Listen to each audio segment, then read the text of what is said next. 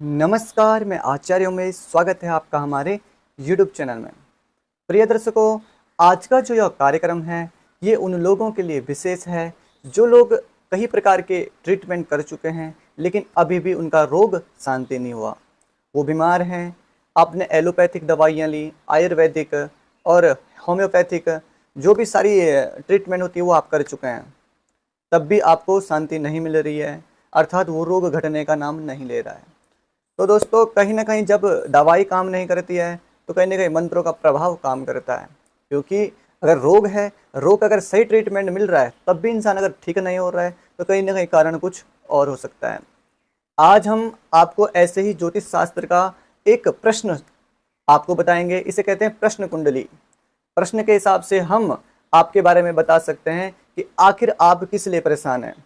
अगर इस सूत्र को आप भी अगर ट्राई करना चाहते हैं अपने घर पे तो हम आपको बताएंगे आपको क्या क्या चीज़ें करनी है। आपके मन में विचार आता है कि मैं यार आखिर ठीक क्यों नहीं हो रहा हूँ, तो आप उस टाइम इस सूत्र को अपने जीवन से उतारना, तो आपको एग्जिट पता लग जाएगा कि आखिर आपको हो क्या रखा है।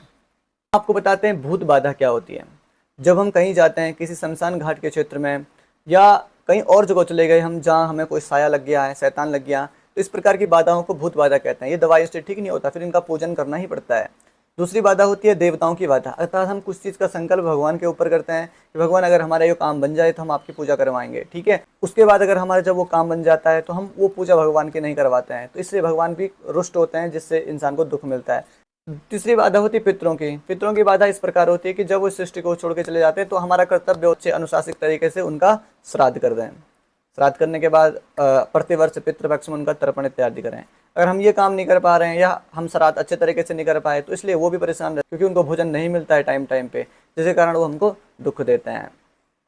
तो आज जानते हैं हम कि आपको कौन सा दुख है, आप क्यों परेशान हैं। कहीं प्रेत बाधा, भूत बाधा या पितृ बाधा आपको है नहीं। तो दोस्तों, सर्वप्रथम आप हमारे चैनल पर पहली बार आए हैं तो चैनल को अवश्य सब्सक्राइब करें और बेल आइकन को दबा दीजिए।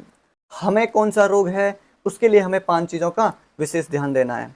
एक, आज की तिथि कौन सी है, नक्षत्र कौन सा है और वार कौन सा है, पहर कौन सा है और लग्न कौन सा है। अगर आज की बात की जाए तो अभी अष्टमी तिथि है और शनिवार है, नक्षत्र पूर्व फाल्गुनी नक्षत्र है, तीसरा पहर चल रहा है, दिन का 1:30 से 2 बजे का टाइम हो रहा है और लग्न वृश्चिक चल रहा है। अब आपको इतना चीज़ याद रखने के बाद क्या करना है कि जो तिथि है उसका अंक लिखना है। जैसे प्रतिपदा के दिन 1 होता है, द्वितीया के दिन 2 होता है, तृतीया के दिन 3 होता है, तो ऐसे अष्टमी आ जाए तो अष्टमी के दिन कौन सा होगा, 8 नंबर होगा। 8 नंबर को अष्टमी कहते हैं, ठीक है। फिर आपको वार देखना है, वार कौन से नंबर का है। तो सूर्य से शुरू संस्कृत में वार होता है और शनिवार को 7वां वार कहा जाता है। तो आज शनिवार है तो वार कौन से नंबर का हुआ, 7 नंबर का हुआ। अब जानते हैं कि नक्षत्र की संख्या कौन सी है। अश्विनी से लेकर रेवती प्रयत्न 28 नक्षत्र होते हैं, ठीक है। और आज कौन सा नक्षत्र चल रहा है, उत्तर फाल्गुनी। योग को कौन से नंबर पर पड़ता है, 12वें नंबर पर योग पड़ता है। पहर आप जानते हैं सूर्योदय के बाद से पहला पहर शुरू होता है, तो अभी तीसरा पहर चल रहा है, 1:30-2 बजे के लगभग तीसरा पहर चल रहा होता है, ठीक है। तो पहर तीसरा चल रहा है तो तीसरा पहर को हम 3 लिखेंगे, ठीक है। और उसके बाद अब हम देखेंगे लग्न कौन सा चल रहा है। तो लग्न देखने के लिए सिंपल से है, तो एक ऐप होती है हिंदू कैलेंडर नाम से, आप उसको देख के कर सकते हैं। वो नहीं तो आप गूगल पर भी पूछेंगे कि अभी कौन सा लग्न चल रहा है तो आपको पता लग जाएगा। या आज का पंचांग सभी के पास आजकल व्हाट्सएप के माध्यम से पहुंचता है, तो आप देख सकते हैं कि इस टाइम पे कौन सा लग्न चल रहा है।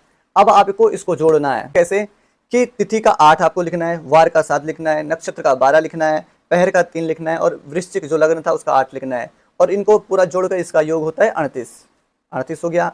उसके बाद आपको इसमें 8 का भाग देना है। 8 का भाग दोगे तो 8 का भाग 38 में कितनी बार जाता है, 4 बार जाता है, ठीक है। 8 चौको 32 और शेष कितना बचता है, 6 बचता है। बस इतनी ही आपको गणित करनी है। अब आप जान सकते हैं आपको भूत बाधा है, प्रेत बाधा है या आपको कौन सी बाधा है, ठीक है। अब आप इसको कैसे जान सकते हैं।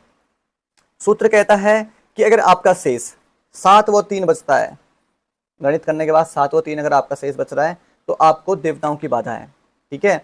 अगर आपका 2 या 8 बच रहा है, शेष में अगर 2 या 8 बचता है तो पितरों की बाधा है। आखिरकार पितरों की बाधा से आप परेशान हैं। अगर 6 या 4 बचता है तो आपको भूतों की बाधा है।